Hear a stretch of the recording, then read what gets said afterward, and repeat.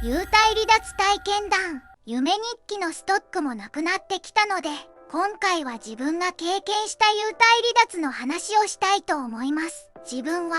子供の頃に何度も幽体離脱をしていて、ものすごく怖がりな子供だったのですが、幽体離脱に関しては特に怖いという感覚もなく、体がスーッと落ちていく感覚の後に幽体になって浮遊することは当たり前のことだと思っていました。実家で幽体離脱することもありましたが、一番多かったのはばあちゃん家に泊まりに行った時で、ほぼ 100% に近い確率で幽体離脱していた記憶があります。では、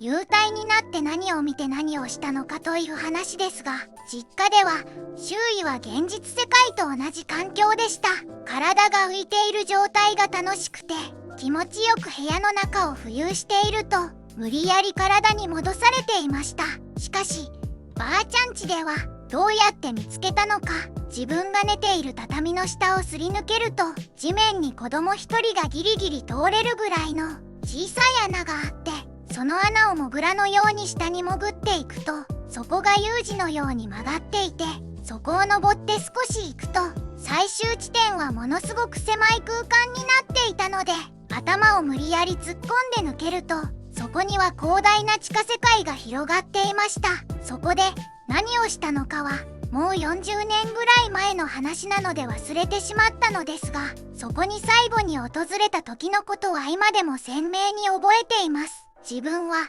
地下世界でいつも会う同年代ぐらいの女の子に恋をしていて、その子といつも遊んでいたのですが、自分にもその年代の男の子のようにやんちゃな部分があったので、誰彼構わずにその世界の住人に戦いを申し込んで、空を飛び回りながら相手をやっつけていました。そして意気揚々と女の子の元に戻ると、もうここに来てはいけないと言われ、なんで？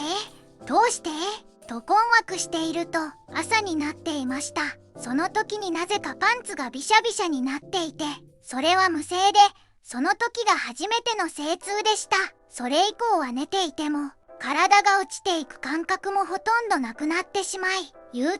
脱をすることがなくなってしまいました。それでしばらくは幽体離脱とは無縁の生活を送っていましたが、自分は氷河期世代で30歳を過ぎても定職に就けずに自己否定の毎日を過ごしている頃に、幽体離脱をしてロトの当選番号を見てきて、1等を当てて一発逆転してやろうと思いつきました。そこで早速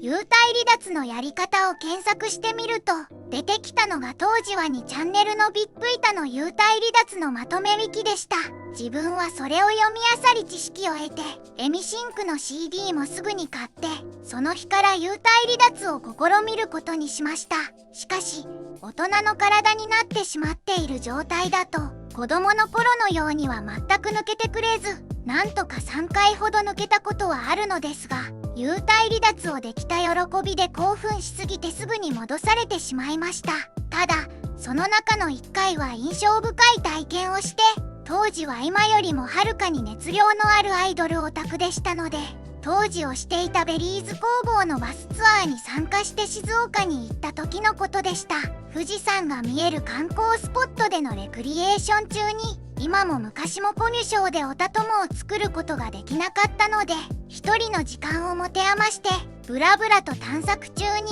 小高い丘の上にあった小さな神社を参拝しました。その日は静岡に一泊して何事もなくバスツアーは終わり、帰宅したその日の夜のことです。布団に潜り込み、さあ寝るかと枕に頭を置いて目をつぶった瞬間に、両脇に宙に浮いた犬のような生き物が現れて、自分の両腕に噛みつくと、無理やりグンという感じで魂を引きずり出しました。その時にとなった記憶はあるのですが、残念ながらそこからの記憶は全くなく、次の日にどうやって起きたのかすら覚えていません。ただ、毎日とうなりながら幽体離脱を試みていた自分にとって、横になった瞬間に強制的に抜けさせられる経験はとても興味深い体験でした。そして現在は、このような YouTube チャンネルを運営するに至って、今も毎日、幽体離脱したいと頑張ってるのですが、なかなか抜けられないどころか、見た夢すら忘れてしまっている毎日を送っております。以上、自分の幽体離脱体験談でした。最後まで見てくれてありがとう。